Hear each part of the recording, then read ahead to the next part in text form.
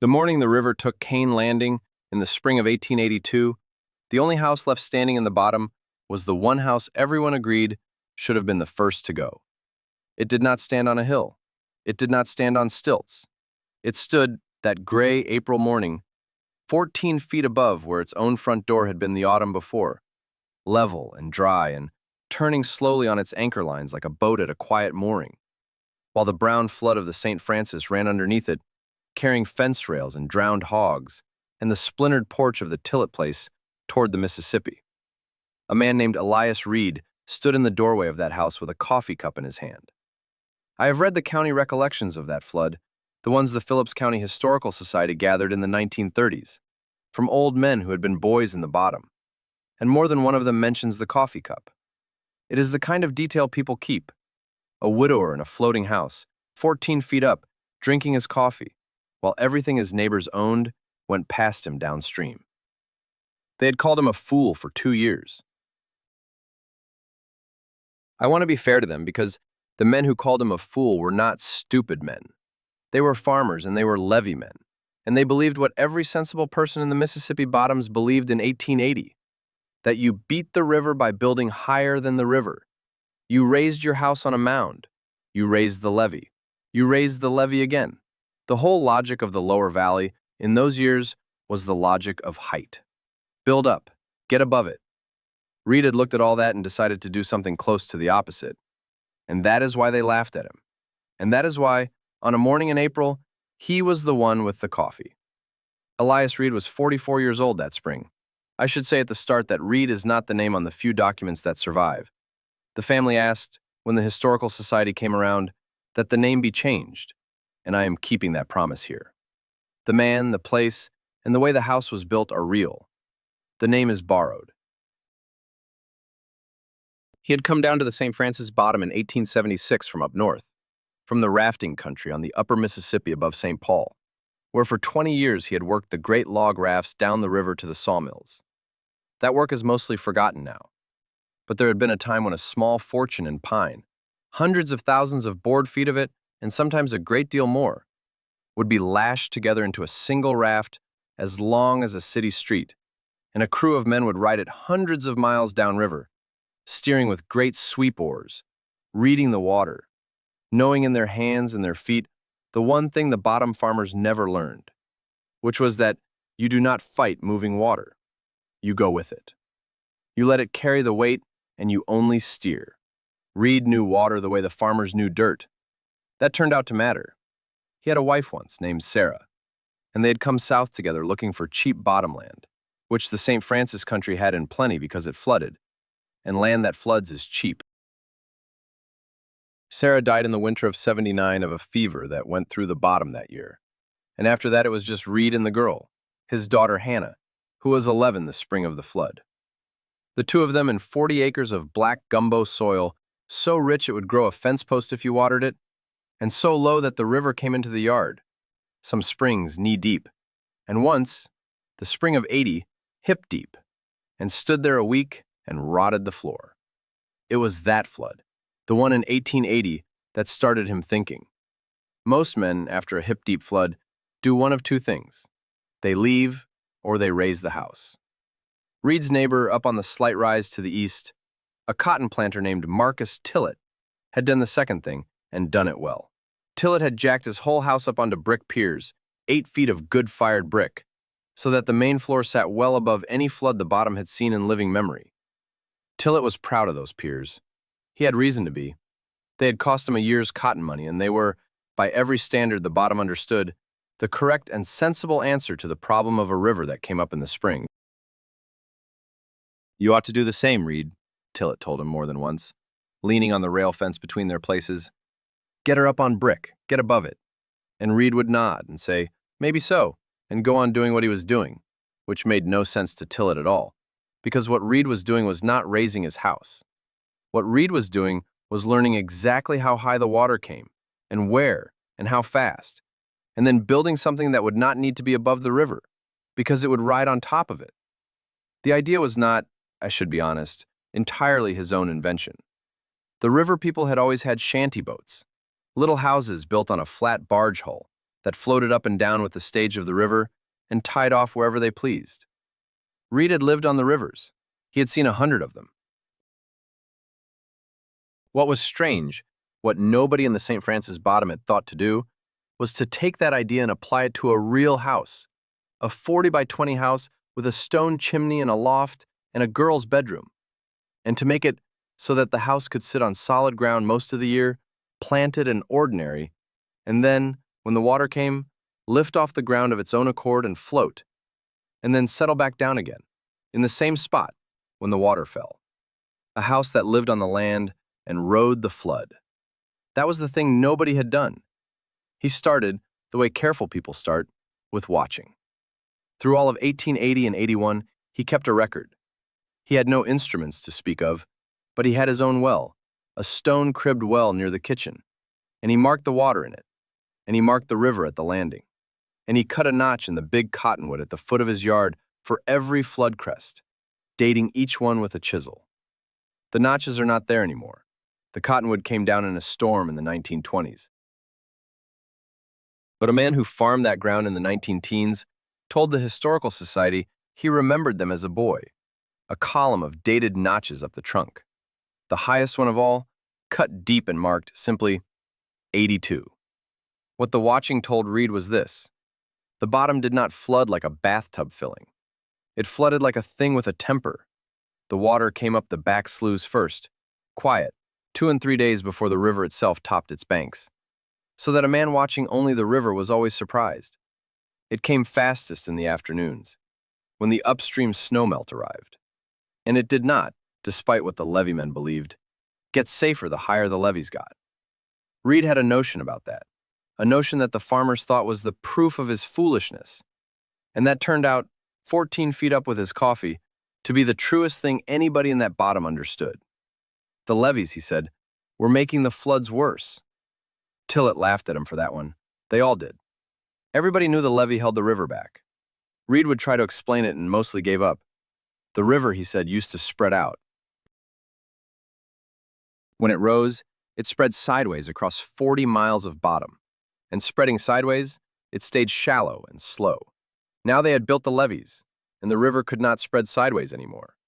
So when it rose, it had nowhere to go but up, and up, higher each year, faster each year, meaner each year.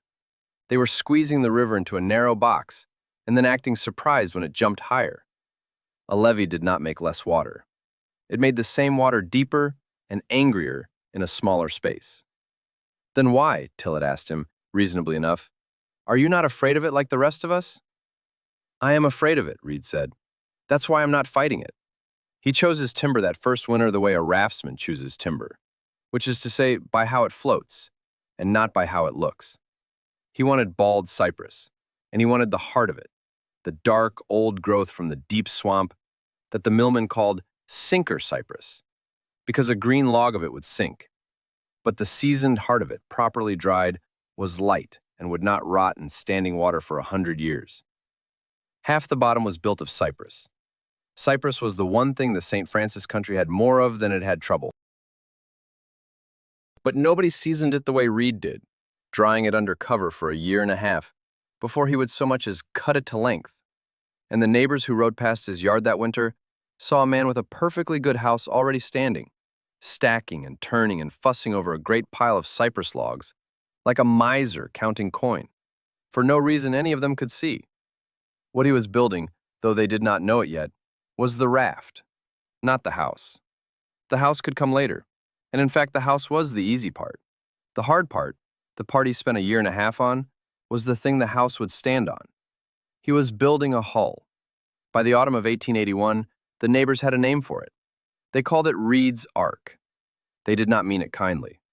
A man named Dabney, who kept the store at the landing, told the Historical Society 50 years later that he had personally thought Reed had gone soft in the head after his wife died, building a boat in his front yard, miles from navigable water, with a child to raise and a crop to put in. We all thought it, Dabney said. We were all wrong, but God knows we all thought it. Hannah thought it too, and that was the part that hurt him. She was 11, and she went to the little school at the landing, and the children at the landing were the children of the men who called her father a fool. and children are not gentle. She came home one October afternoon with her mouth set hard, the way her mother's used to set, and she would not say what was wrong, and finally at supper she said it. Lottie Tillett says, "We're going to drown in your boat." She says, "Everybody says it." She says, "You're building it because you've gone crazy from Mama." Reed put down his fork. I do not know exactly what he said because this is one of the things the record does not give us. A man and his daughter at a supper table in a bottomland cabin on an October night. But I know what he did, because Hannah herself, an old woman by then, told it to the Historical Society in 1936, and her account is the best thing in the whole file. He took her out the next morning before school, down to the great pile of seasoned cypress and the long, low frame of the hull he had begun to lay up. And he did not tell her it would be all right, because she said he was not a man who told you things would be all right. He showed her instead. He had her put her hands on the timber. He showed her how he had bored every log and how the pegs went. And he made her find with her own fingers the place where two timbers crossed and explained why they crossed there and not somewhere else. And he had her push, hard, against the frame, to feel how it did not give. He didn't tell me it would float, she said. He showed me why it would float. There's a difference. When you're a child and somebody just tells you a thing will be all right, you don't believe them, because grown people lie to children to make them stop crying. But when somebody shows you the why of it, and the why is solid under your own hands, then you stop being afraid. I stopped being afraid that morning. I want that on the record. The whole bottom was afraid that spring, and I was 11 years old, and I was not afraid, because my father had shown me the why. She went to school that morning and, by her own account, told Lottie Tillett exactly how the pegs went and why the timbers crossed where they crossed, until Lottie Tillett walked away. The hull was finished in February of 1882. The river that February was already running high.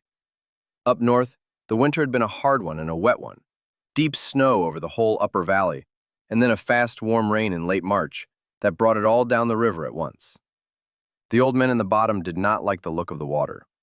They had not liked the look of it since Christmas. But the levees were higher than they had ever been, and a man standing on top of the Cane Landing levee in early April of 1882, looking at the brown river sliding past 4 feet below him, could tell himself he was safe because he was above it. He was above it by 4 feet. Reed, 2 miles back in the bottom, was not above it at all. His house still sat flat on the black ground, exactly where it had always sat. But it was sitting now, that first week of April, on top of the finished hull, fitted and pegged and tarred and waiting, with 4 great cypress posts driven deep into the earth at its 4 corners, and an iron ring on each post, and a line run from each ring, coiled and ready, that nobody but Reed understood the purpose of yet. The river crested its banks on the 9th of April. The back sloughs had filled 3 days before, just as Reed had always said they would, quiet and unwatched. And on the morning of the 9th, while the men of Cane Landing were down at the levee with shovels and sandbags, trying to raise it 1 more foot against a river that wanted 12, the water came up into Elias Reed's yard and reached his doorstep, and Hannah stood at the window and watched it touch the bottom log of the house she lived in. And she was not afraid, and she called out to her father in the yard. "Papa," she said, "it's here." 2 miles east, on top of the Cane Landing levee, there was no quiet at all. There were 40 men on the levee that morning of the 9th, and they were losing. I have stood on what is left of that levee line. The St. Francis levees were rebuilt and moved several times after '82, but you can still read the old grade in a few places. A low green ridge running through a soybean field. And a man who farms there now showed me where the '82 break is supposed to have been.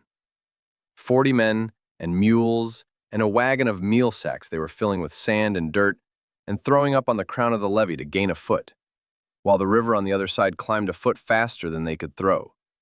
Marcus Tillett was among them. He had left his fine house on its 8 feet of brick at first light and come down to the levee, because that was where a sensible man went when the river rose. You went to the levee and you fought. To understand why they fought the way they did, you have to understand what the levee was to them. It was not just a bank of dirt. It was the whole proposition of their lives. Every man on that crown had bet his family and his future on the idea that the river could be held, that a wall of earth high enough and long enough would keep the water on the far side where it belonged, and that the rich black bottomland behind the wall, the best cotton ground in the state, was worth the gamble. The levee was the gamble made solid. And so when the river came up against it, fighting for the levee was not a chore. It was a defense of everything they believed about how a man survives in that country. The trouble was that the river did not care what they believed. The St. Francis in flood is not a clean thing. It comes up the color of coffee with milk in it, and it carries the whole bottom along inside it, topsoil and timber and the bodies of animals. And it has a smell, the old men said, a thick brown smell of mud and rot, and something underneath that they could never name and did not like.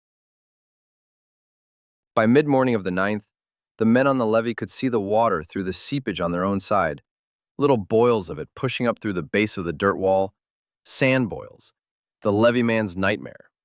Because a sand boil means the river has found a path underneath the levee and is starting to wash it out from below. And once it starts, you cannot stop it with sandbags on top. You are throwing dirt on the roof while the river eats the foundation. A man named Eustace Caro, who was 19 that spring, and an old man telling it later, said the thing he remembered was the silence of it. "We thought a flood would roar," he said. "It didn't roar. It was the quietest morning of my life. 40 men working and nobody talking, just the slap of the wet sacks and the mules blowing, and underneath all of it, that water just rising and rising without a sound. You'd look down and the boil at your feet was bigger than it had been. That was the only way you could tell, by the size of the boils. Till it worked as hard as any of them, harder. He had the most to lose of anyone in the bottom. His brick piers had cost him a year of cotton, and he believed in them. And a part of believing in them was believing in the levee that stood between his piers and the river. The two things went together in his mind. Get above the flood and hold the flood back. Height and the wall. That was the whole of bottomland wisdom, until it was its finest example. And on the morning of the 9th of April, it was failing all around him, and he could not yet let himself see it. Behind the levee, in the bottom, the water was already coming. Not over the levee, not yet. Up through the ground, up the sloughs, the way Reed had said it would, the back way, the unwatched way. So that families who were looking at the levee and feeling safe because the levee still held, looked down and found the river was already in their kitchens, having come around behind them through the earth itself. There is no defending against that. You cannot sandbag the ground you are standing on. By noon of the 9th, half the families of the lower bottom were loading what they could into wagons and onto the beds of mules, and heading for the only high ground there was, which was the levee itself and the slight rise where Tillett's house stood. So that all through that gray afternoon, a slow procession of frightened people and lowing cattle and crying children moved across the drowning bottom toward the two places that were still dry. Reed's house was not on the way to either one. Reed's house was 2 miles back, in the lowest part of the whole bottom, the part that flooded first and deepest, which was exactly why the land had been cheap enough for a poor man with a sick wife to buy in '76. The families streaming toward high ground passed within sight of it, some of them, and what they saw by mid-afternoon was a thing that stopped them in the road. The house was floating. I want to slow down here because this is the center of the whole story, and the records let us see it almost minute by minute, between Hannah's account and the recollections of 3 different families who saw it from the road. When the water had reached the doorstep that morning, Reed had not panicked, because he had been waiting 2 years for exactly this, and he knew precisely what was going to happen and in what order. He had brought Hannah down out of the loft and set her at the kitchen window where she could watch the 4 corner posts, 3 corner posts, or rather, since the southwest one was the one he meant her to keep her eyes on. And he had given her one job, which was to call out if any line went tight wrong, by which he meant tight before its time. Then he had gone out into the rising water in his tall boots, around the 4 sides of the house, and checked his lines a last time. Here's the thing he had built, the thing nobody in the bottom had understood. The house sat on the cypress hull, a great shallow raft of seasoned timber, pegged and tarred, wider than the house by 4 feet on every side, so that the house rode on it like a man sitting in the middle of a wide, flat boat. The hull was not fastened to the ground. It simply rested on the black earth, and the weight of the house held it down in ordinary times, so that the whole thing sat there year after year, looking exactly like a house on a low foundation, planted and permanent. Hannah said visitors never knew. They sat in the parlor and never guessed the floor under them was the deck of a boat. But at the four corners of the hull, driven deep into the earth and standing free of the house, were the four cypress posts. Snubbing posts, Reed called them, using the raftsman's word, the word for the posts you snub a line around to control a raft against the bank. Each post had its iron ring near the top, well above the highest flood Reed had ever measured. And from each ring ran a line, a good hemp line of the kind he had handled all his life, down to a ring bolt set into the corner of the hull. The lines were long and coiled, and when the water came and lifted the hull would rise, and the lines would pay out and then come tight, and the house would float, rising straight up the four posts as the water rose, held in place over its own yard by the four lines, so that it could not drift away downstream. It could go up. It could come back down. It could not go anywhere sideways. The posts were the track, and the house was the elevator, and the river was the thing that did the lifting, for free. That was the trick. That was the whole of it. He was not fighting the river's strength. He was using it. The same flood that tore Tillett's house off its brick piers, when it finally came, would be the flood that lifted Reed's house gently up its four posts and held it there, dry, until the water chose to leave. But a thing can be right in the design and still go wrong in the doing. And there was one moment, that afternoon, when it nearly did. The hull began to lift around 2 o'clock. Hannah felt it before she understood it, a strange, settling lightness, the floor of her whole world going soft and buoyant under her feet. And she called out, and Reed came in from the yard and stood in the middle of the kitchen with his daughter and felt his house come alive under him. It was like standing on a horse's back when the horse decides to stand up, she said. You feel it gather. My father had the strangest look. I thought he'd be glad. He wasn't glad yet. He was listening. What he was listening for was the lines. 3 of the 4 came tight, clean, and even, the hull lifting square, the way he had built it to. But the 4th, the southwest corner, the corner that took the push of the current coming around the house, that line came tight with a crack like a pistol, and then began, slowly, to drag its post. The post was moving. 2 years of work, and the southwest post, the one that took the strain, had been set in ground that the flood had turned to soup, and it was leaning, dragging up out of the softened earth an inch at a time, and if it pulled free, the whole southwest corner would swing loose on the current, and the house would slew sideways, and the other 3 lines would snap one after another, and the whole thing would go downstream like everything else in the bottom, only with 2 people inside it. Reed had perhaps a minute. Hannah said he did not run, that he never once in the whole day moved fast, because a man who has worked moving water learns that fast is how you die. He went out the door into the thigh-deep current on the upstream side, took the slack of the line off the dragging post with his own hands, and carried it, against the pull of a house trying to float away, to the one thing in that yard he knew would hold.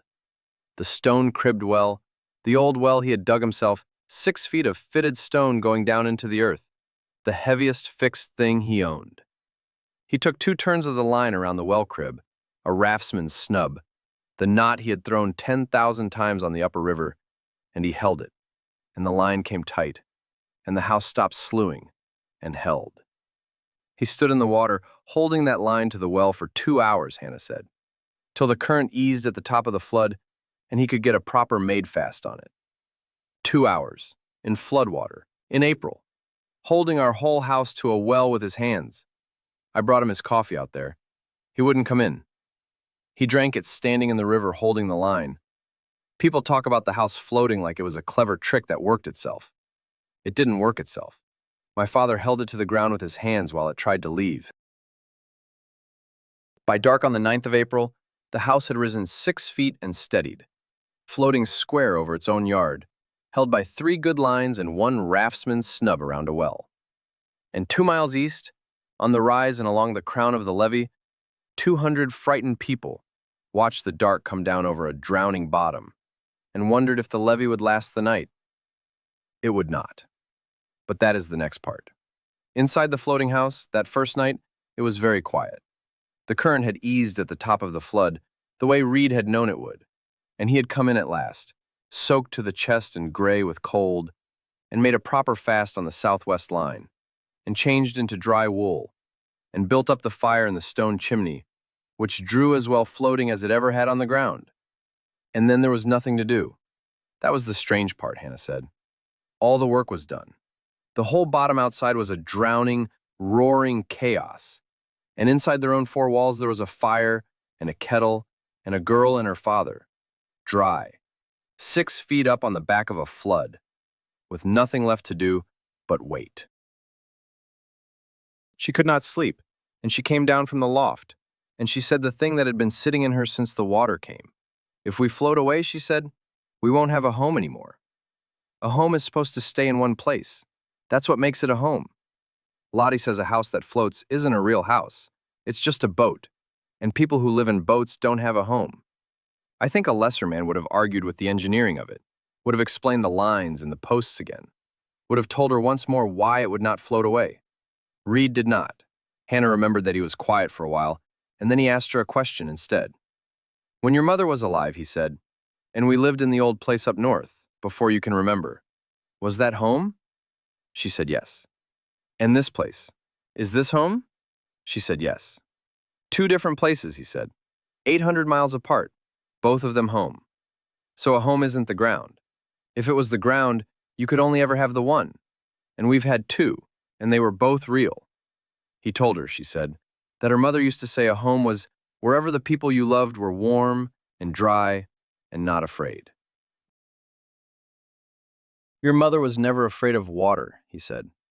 She was afraid of the fever, and the fever got her, and there was nothing I could build against that. And God knows I have thought about it. But the water I can build against. I can keep you warm and dry and not afraid through any flood that river ever sends. And as long as I can do that, then wherever this floor is, on the ground or 6 feet over it, that's home.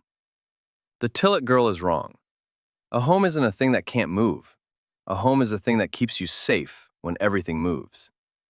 Hannah was an old woman when she told this, and she said, I have lived in 11 houses since.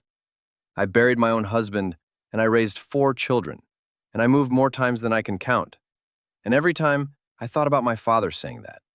A home is the thing that keeps you safe when everything moves. I never once in my life was afraid of moving house, because of what he said to me that night on the water.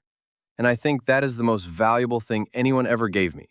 And it cost nothing, and he probably forgot he said it by morning. That is the human center of it. But the story is also, finally, a story about how a man builds a thing that floats and does not come apart.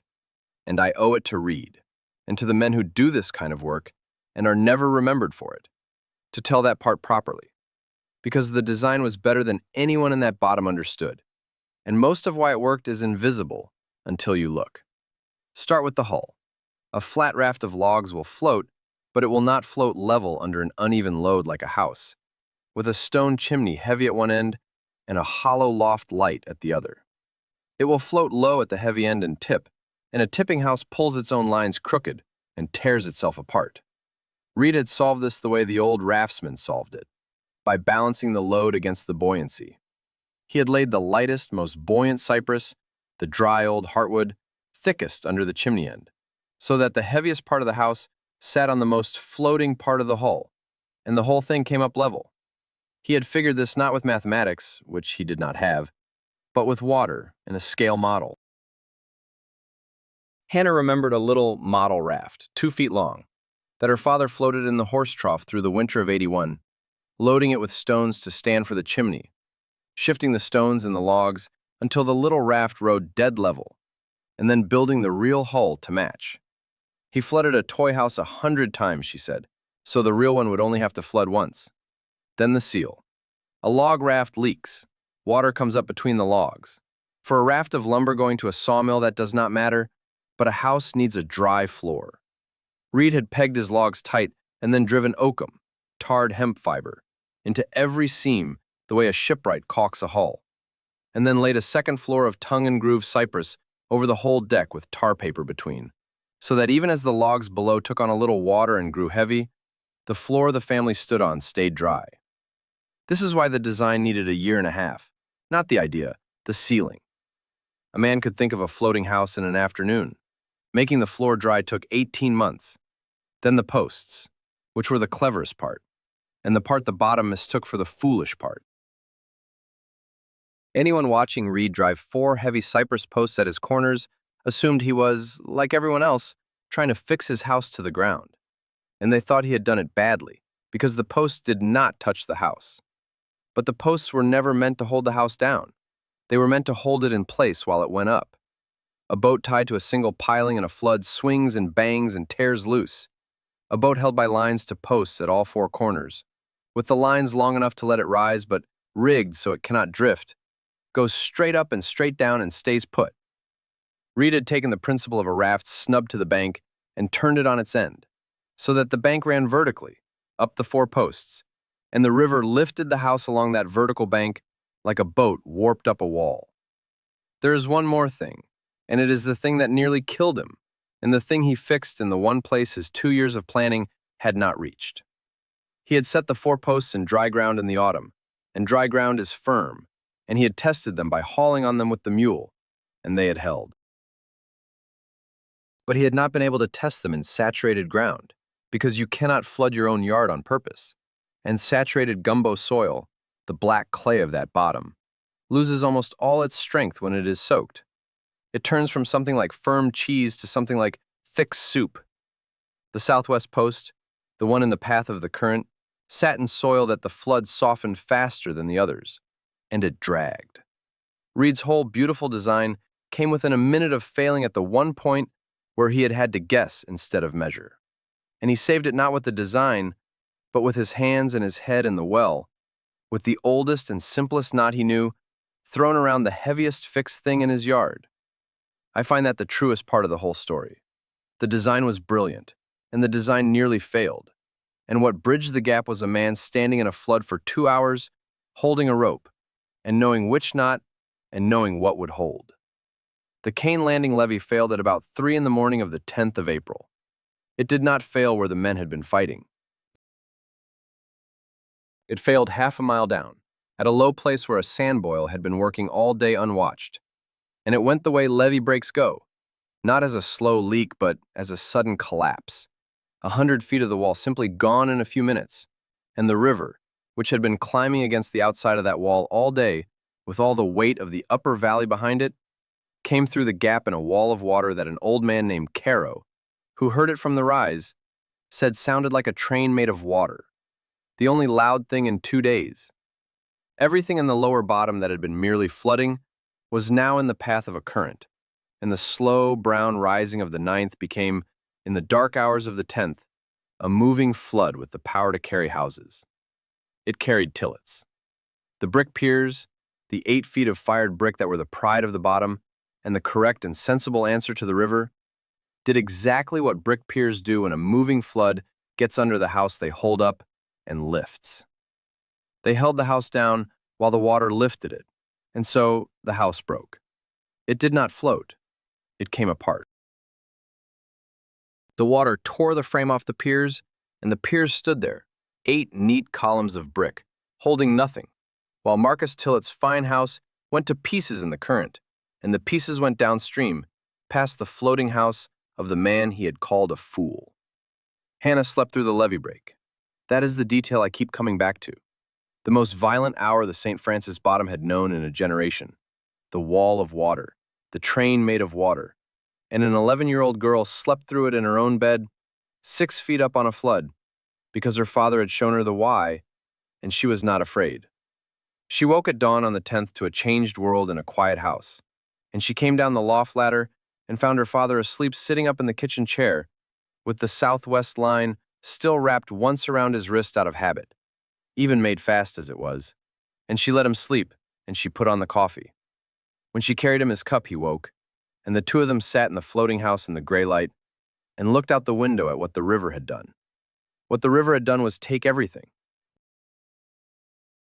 The bottom was a brown sea from levee to levee, with the tops of drowned trees standing out of it, and the roofs of a few stronger houses showing, and here and there, the wreckage of weaker ones moving slowly on the current. The Reed house rode in the middle of it, turning a little on its lines, dead level, dry, the chimney drawing exactly as designed. Across the water on the rise, 200 people were crowded onto the high ground and into the few buildings that had survived, cold and hungry, and many of them with nothing left. And among them was Marcus Tillett, who had spent the night watching the river take the house he had raised on brick to be safe from exactly this. I have thought a good deal about Tillett, because it would be easy to make him the villain of this, and he was not. He was a good farmer and a brave man who went to the levee when the river rose, and he was wrong, and his being wrong cost him his house, and the man he had called a fool was sitting dry 2 miles away drinking coffee. There is a particular kind of bitterness available to a man in that exact position, and the remarkable thing in the record is that Tillett did not take it. It was 3 days before the water fell enough for anyone to move about the bottom in boats, and when it did, one of the first things Reed did was take his own skiff, which he had built and kept under the house for exactly this, and row to the rise, and bring back to his floating house as many of the cold and the sick as the hull would safely carry. The house that the whole bottom had laughed at became, for the better part of 2 weeks, the driest, warm place in the lower St. Francis, and the people who sheltered in it were in many cases the same people who had named it Reed's Ark and meant it cruelly. Hannah, who was 11 and had a long memory and a sense of justice as sharp as any child's, said she found this very hard, and that she said something sharp to Lottie Tillett the first day, and that her father took her aside. He told me that being right is not a thing you get to enjoy out loud, she said. He said the river had already made his argument for him better than he ever could, and that if I rubbed it in, I would just be making people choose between being warm and keeping their pride, and that no good man makes a cold child's family choose that. He said, "You won. Winning is enough. You don't have to also make them say it." She paused, telling it, an old woman remembering, "I have not always managed to live up to that, but I have always known it was right." Marcus Tillett spent 4 nights in the floating house.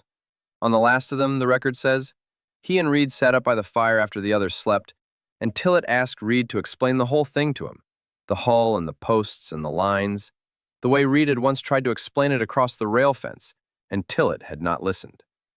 This time he listened, and at the end of it Hannah said,